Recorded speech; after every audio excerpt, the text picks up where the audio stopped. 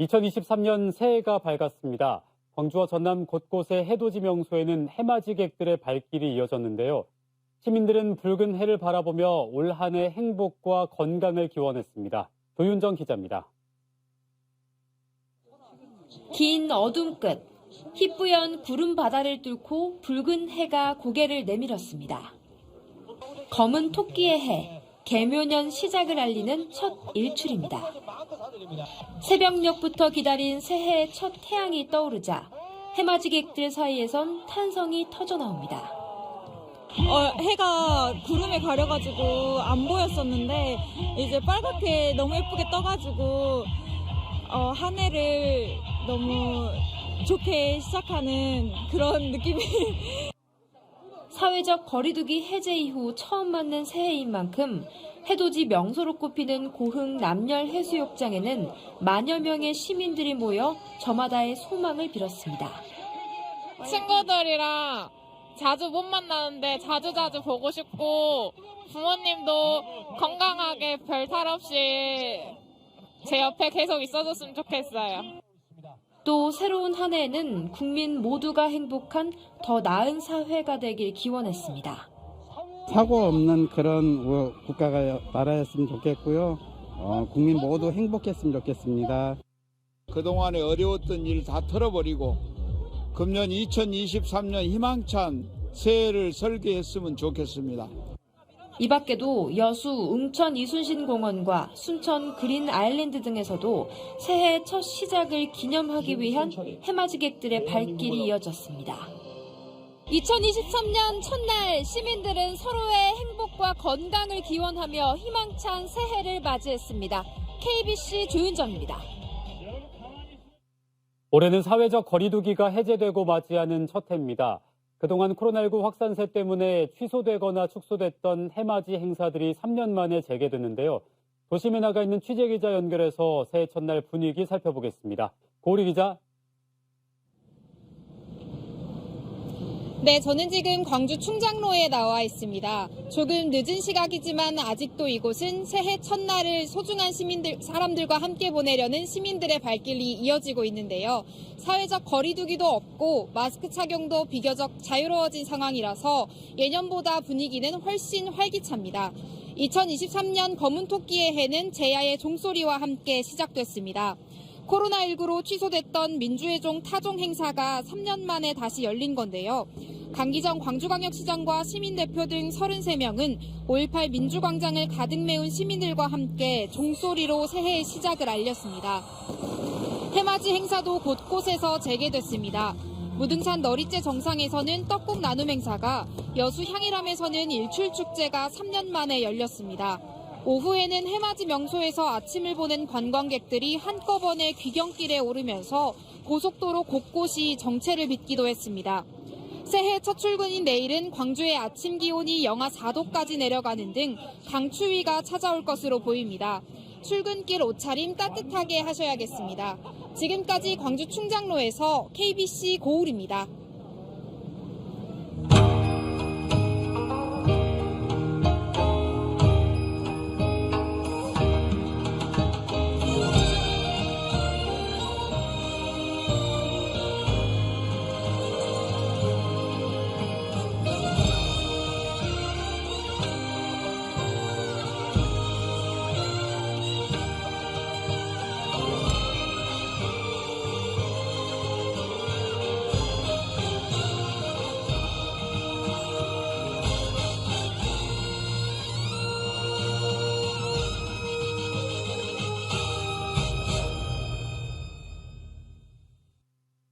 다사다난했던 지난해를 보내고 새해를 맞은 광주 전남 시도민들은 올 한 해 어떤 희망과 기대를 품고 있을까요? 개묘년 새해를 맞은 지역민들의 목소리를 들어봤습니다.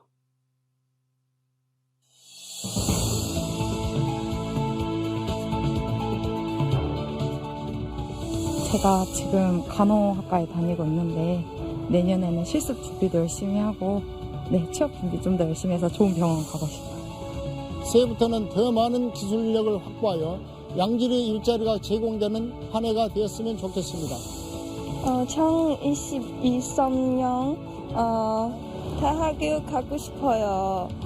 경기 공부하고 싶어요. 2023년 새해에는 비정규직 노동자, 5인 미만 사업장 노동자들이 노동권이 신장되는 새해가 되기를 바라고 또 노동의 현장에서 죽지 않고 일할 수 있는 새해가 되기를 소망합니다. 시민 여러분 힘내십시오. 작년에 발생한 사고들로 인해 많은 시민분들께서 피해와 슬픔을 겪으셨지만 올해에는 더욱 건강하고 안전한 사회가 되어서 저희 소방관들이 출동할 일 없는 한 해가 되었으면 좋겠습니다. 2023년 새로운 한 해는 광주시민 모두 행복한 한 해, 안전하고 평화로운 한 해가 되었으면 좋겠습니다. 신뢰받는 경찰, 사랑받는 경찰이 되기 위해 최선을 다하겠습니다. 충성! 새해 복 많이 받으세요.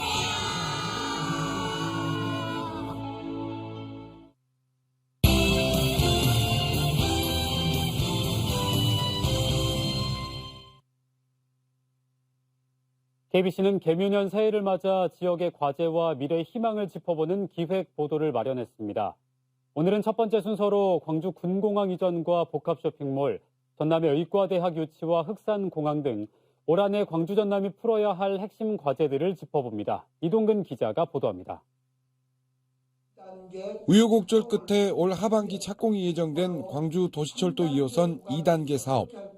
총 사업비가 5,800억 원 증액됐지만 착공 시기가 늦어지면서 당초 2026년 완공 계획이 빨라야 2029년이 될 예정입니다. 하지만 백운교차로에서 효천역을 잇는 3단계 구간은 여전히 사업비 5억 원만 반영된 채 남겨도 사업비 증액 협의에 나서야 하는 과제를 안고 있습니다. 군공항 이전은 활로 모색이 기대됩니다. 신공항 건설을 위해 대구광역시가 경상북도 군위를 편입하는 법률안이 통과된 데 이어 국회에 계류돼 있는 군공항 이전 특별법도 탄력을 받을 것으로 기대됩니다. 광주와 대구가 군공항 특별법 통과를 위해 손을 맞잡은 만큼 후보지 선정과 대정부 활동에 힘을 쏟아야 합니다. 복합 쇼핑몰 사업은 현대와 신세계 등 대기업들의 투자가 가시화되고 있는 가운데 도로와 소상공인 지원을 위한 물류체계 등 SOC 확충이 관건입니다. 민간 사업자를 우선 확정하고 대통령 공약을 명분으로 정부 예산 지원을 요청한다는 방침입니다. 대통령 공약사항이었고 국민의힘의 그 약속이었고 또 지역을 균형 있게 발전시키고자 할 때 정부의 책무이기도 합니다. 전남은 지난해 가장 아쉬운 점을 의과대학 유치와 흑산공항으로 꼽고 있습니다. 코로나19 대응 체계가 안정화에 접어들었으니 의정협의체를 재개해 의대 문제를 논의해 줄 것을 정부에 요청할 계획입니다. 의대 정원의 방점을 찍기보다 의대가 없는 지역에 신설하는 문제에 중점을 두고 행정력을 집중한다는 계획입니다. 흑산공항 역시 공감대는 충분하지만 국립공원 문제를 한꺼번에 풀자는 절차에 발목이 잡혀 있습니다. 건설이 추진 중인 울릉공항, 예타를 통과한 백령도 공항의 사례처럼 규제 완화와 균형 발전 차원에서 반드시 조기 착공을 끌어낸다는 방침입니다. 해야 된다고 생각하는데 절차가 오래 걸려서 못한다. 이게 바로 우리 지금 대한민국의 규제 완화가 필요한 가장 이유를 단적으로 설명해주고 있다 생각을 합니다. 미래 먹거리인 세계 최대 해상풍력 발전단지도 인허가 절차 간소화를 위한 특별법과 공군과의 협의 등이 관건입니다.